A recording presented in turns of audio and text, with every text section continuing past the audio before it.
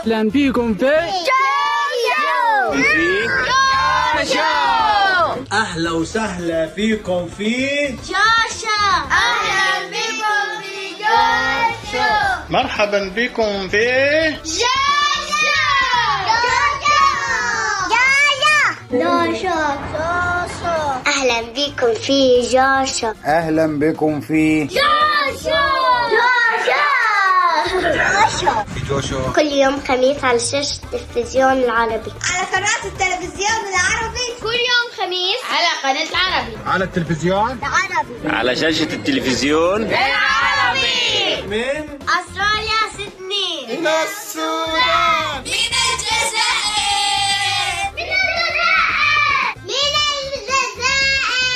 الجزائر. من كاليفورنيا. من العراق. من الرياض من القاهرة. من مصر. من غزة. من ليبيا. من اليمن. من المغرب. من المغرب. من الأردن. من الأردن من الأردن. جوشو من نيوزيلندا. من كفر الشيخ. بحبك يا جو. شكرا لكل الناس الجميله اللي بتبعت لنا الفيديوهات ديت على صفحه جوشو على الفيسبوك. قبل ما تتفرجوا على الحلقه اعملوا لايك للحلقه دي على اليوتيوب، وكمان اشتركوا في قناه جوشو على اليوتيوب، فعلوا زر التنبيهات عشان دايما يوصل لكم الحلقات الجديده اول باول. اهلا بكم في جوشو. في ظل ما الاحداث في غزه في تصاعد مستمر عن الاول، وفي ظل ما المجازر بتزداد بشاعه وقسوه، بنلاقي الاهتمام العالمي بيقل عن زمان. من 10 شهور لما بدات الحرب على غزه اتخضيت، صح؟ اتخضيت لما عرفت ان كلها شهرين ويعدي سنه على الحرب في غزه. انا كمان زيك. المهم زمان لما كان صاروخ يقع على مدرسه او مستشفى كان العالم بينتفض، المشاهير بتتكلم، كل وسائل التواصل كانت بتتكلم لدعم غزه، كانت اسرائيل بتضطر تبرر وتقول ده الضرب ده كان بالغلط، ده مش احنا، مش اسرائيل، ده المقاومه اللي ضربه الصاروخ عندهم دول. تحاول تفبرك مبررات عشان الموجه ما تعلاش عليها. دلوقتي اسرائيل بتقتل الجرحى في المستشفيات، وتسرق اطبائها، وتخرج المستشفيات عن العمل، وتقصف الطواقم الطبيه، وتستهدف الدفاع المدني، وتقصف اكتر من 100 مدرسه ايواء عن نازحيها. ما بتطلعش حتى تبرير واحد، بالعكس دي بتنشر الفيديوهات ديت وبتتفاخر بيها، لانه خلاص مفيش حد تبرر له. الوطن العربي ما بقاش بينتفض، ده حتى مش بيخطط لقمه عربيه بخصوص غزه، اللي هو ولا كاننا عملنا حاجه اصلا. ونسينا كمان قضيه محكمه العدل الدوليه، والناس انشغلت بترندات تانية وبطلت تعد بعد الشهيد رقم 20,000، وما يعرفوش ان هم وصلوا اكتر من 40,000 شهيد و90,000 مصاب، ولا يعرفوا ان في ما يقرب من 10,000 مفقود تحت الانقاض في غزه ما تمش ادراجهم وسط الشهداء، ده غير ضحايا سوء التغذيه والمجاعه والاوبئه اللي بيستشهدوا بشكل غير مباشر يوميا. الوطن العربي عامل ودن من طين وودن من عجين. حد سامع؟ قلنا يمكن صوت الفلسطينيين مش واصل لهم، فانا قررت النهارده اقول لهم في ودنهم: يا اعلام يا عربي، فوق بقى، في عشرات المجازر حصلت ومئات الشهداء سقطوا في اخر اسبوع. محتاجين نرجع غزه ترند تاني، محتاجين يبقى في تسليط ضوء من الاعلام على الدم اللي بيسيل في غزه. التاريخ بيفتح ابوابه لهذه الحركه وهذه القبضه المرفوعه بتحدي الى اعلى، والدماء تسيل من اذن ترامب. هات لي صورة تانية يا ابني.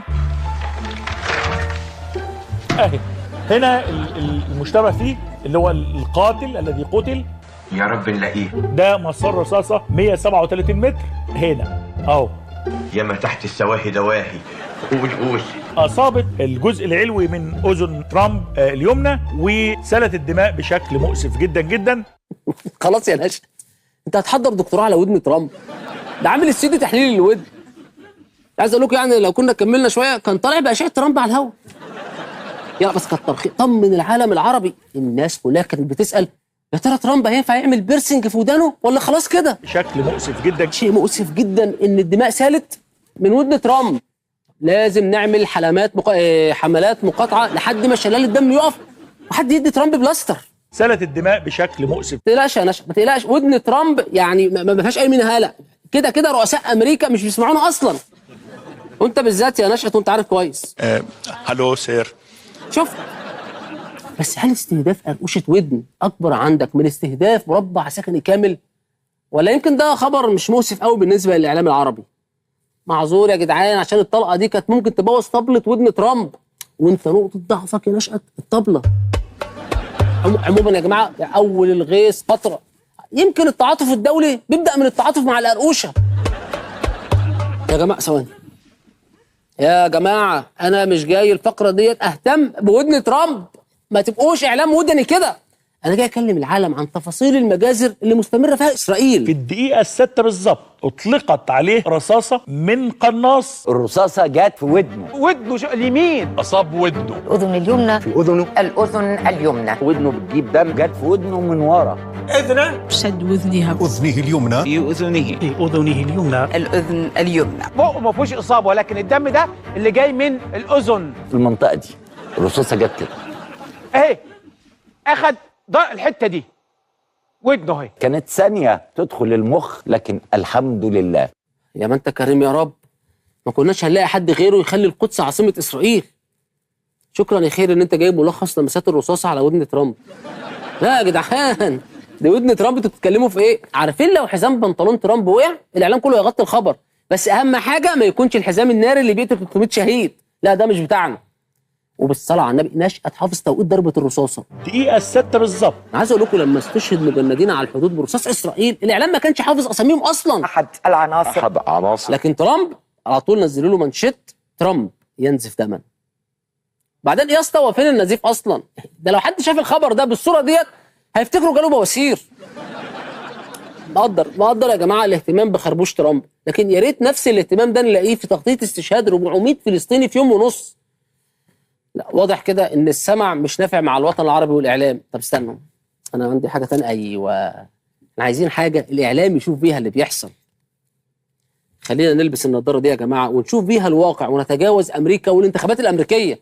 ده حتى يعني انتخابات، يعني حاجات احنا ما نعرفش عنها حاجه. ربنا رايد انه في هذه الحملة الانتخابية لكرسي الرئاسة في امريكا تظهر كل علامات القبح اللي موجودة في السياسة الامريكية. مفيش اي نوع من انواع الايثكس يعني الاخلاقيات. مفيش اخلاقيات الفرسان، ولا اخلاقيات المتنافسين، ولا اخلاقيات السياسيين، ولا حاجة ابدا. المهم ده انا اخلص عليك واوصل للكرسي وبعدين يحلها حلال. معقولة؟ ده بيحصل في أمريكا؟ ما عندهمش أخلاقيات المنافسين؟ يا خبر اسود ومنيل. يا لهوي. لا الحمد لله احنا عندنا المرشح بنحميه بعيد بقى عن محاولات الاغتيال والنوش ده كله في السجن. ده احنا علينا أخلاقيات تعمل واحد. بس أنا عايز أحرق لك المفاجأة يا تامر، إن اللي قطم قرقوشة ترامب من نفس حزبه. لا تامر مش شايف غزة، ده حتى مش شايف اللي بيحصل عندنا في الانتخابات. النضاره مش جايبه له غير امريكا بس. تهيألي اسرائيل ما كانتش تحلم باعلام بيساعد الناس ان هي تعتاد المشهد بالشكل ده، كانوا فاكرين ان احنا هنتكلم لحد ما نخرم طبلة ودنهم، اكتشفوا انهم ممكن يقتلوا في 5 دقائق 300 فلسطيني والاعلام هيغطي على الجريمه بقرقوشه ودن ترامب. على العموم سيبكم بقى من ترامب وودن ترامب والكلام ده كله، وخلوني انا اخدكم بنفسي لاخر التطورات في غزه. بما ان اللي بيحصل يعني في فلسطين مش لافت نظركم، في حاجة حصلت على حدود مصر ودي بقى لازم تلفت نظركم.